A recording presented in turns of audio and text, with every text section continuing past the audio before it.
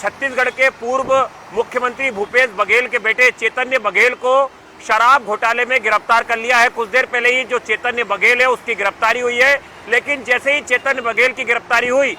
जो उनके समर्थक हैं भूपेश बघेल और चैतन्य बघेल के, वो सड़कों पे उतर आए और पुलिस के साथ धक्का मुक्की की तस्वीरें भी आप देख सकते हैं न्यूज़ 18 इंडिया पे। तो ये बड़ी गिरफ्तारी आज हुई है। छत्तीसगढ़ के जो पूर्व मुख्यमंत्री है भूपेश बघेल, उनके बेटे चैतन्य बघेल को शराब घोटाले मामले में गिरफ्तार कर लिया गया है। आज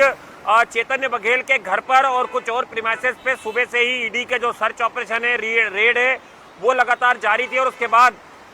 लंबी पूछताछ के बाद जो चैतन्य बघेल है उन्हें ईडी ने गिरफ्तार कर लिया है। आज जो ईडी की कोर्ट है रायपुर की, वहां पर चैतन्य बघेल को पेश किया जाएगा और उसके बाद जो ईडी है वो फर्दर रिमांड जो है चैतन्य बघेल की लेगी। बता दें कि ये शराब घोटाला जो था, इसमें पहले जो छत्तीसगढ़ की पुलिस है उसने भी एफआईआर दर्ज की थी और उसके बाद पुलिस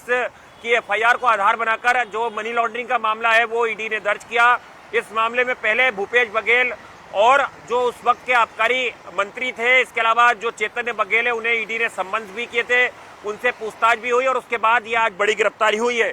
अब हम आपको सिलसिलेवार तरीके से बताते हैं कि दरअसल ये पूरा मामला है क्या। छत्तीसगढ़ में दरअसल 2161 करोड़ रुपए का ये पूरा शराब घोटाला हुआ था और ये घोटाला साल 2019 से 2019 के 22 के बीच में ये पूरा घोटाला हुआ था, जिस दौरान की छत्तीसगढ़ में भूपेश बघेल की सरकार थी कांग्रेस की और वो एक बड़े उनका जो बेटा था वो एक तरीके से सत्ता का दुरुपयोग कर रहा था। उस दौरान जो ईडी को अपनी जांच में पता चला कि शराब घोटाले में एक बड़ा खुलासा हुआ उस दौरान कि किस तरह से जो स्टेट था, यानी पूरा जो छत्तीसगढ़ राज्य था, उसमें एक संगठित गिरोह के तौर पे शराब माफिया काम कर रहे थे, जो कहीं ना कहीं जो राजनेता थे उन्हें मुनाफा दे रहे थे शराब के जो प्रॉफिट हो रहा था उससे। और इस पूरे मामले में जो अनवर ढेबर है, अनिल टुटेजा है, इसके अलावा कई और लोगों के नाम भी सामने आए। इस घोटाले से करीब 2161 करोड़ रुपए की अवैध कमाई हुई, जिसे प्रोसीड ऑफ क्राइम भी कहा ईडी ने। तो ये बड़ी गिरफ्तारी भूपेश बघेल की हुई है, भूपेश बघेल के जो बेटे चैतन्य बघेल की हुई है और इस पूरे मामले में लगातार ईडी की जांच जारी है। अब हम आपको बताते हैं कि दरअसल ये पूरा सिंडिकेट काम कैसे कर रहा था।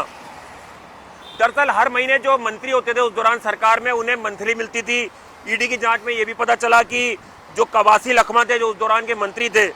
जो आबकारी मंत्री थे, उन्हें इस घोटाले से हर महीने मोटी रकम मिलती थी और ये रकम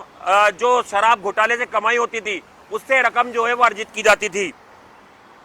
जो शराब घोटाले की पूरी प्लानिंग, दरअसल जो पूरी प्लानिंग थी वो साल 2019 से 2020 के बीच की गई और उसमें उस वक्त भूपेश बघेल मुख्यमंत्री थे, उनके जो भी कैबिनेट के मंत्री थे, उनकी मिलीभगत इस पूरे रैकेट में सामने आई थी। आपके लिए ये भी जानना जरूरी है कि जो शराब की खरीदारी की जो डिस्टिलर कंपनी है, शराब बनाने वाली जो कंपनियां हैं, उनसे प्रति सेल कमीशन लिया जाता था और ये कमीशन जो है वो बांटा जाता था मंत्रियों के बीच में। और इसमें कहीं ना कहीं जो भूपेश बघेल हैं और उनके जो बेटे हैं उनकी भूमिका संदेहास्पद पाई गई थी, जिसके बाद ईडी ने लगातार सम्मन करना शुरू करे, मनी लॉन्ड्रिंग का केस दर्ज करा और उसके बाद ईडी ने ये बड़ी गिरफ्तारी जो है वो भूपेश बघेल के बेटे चैतन्य बघेल की है।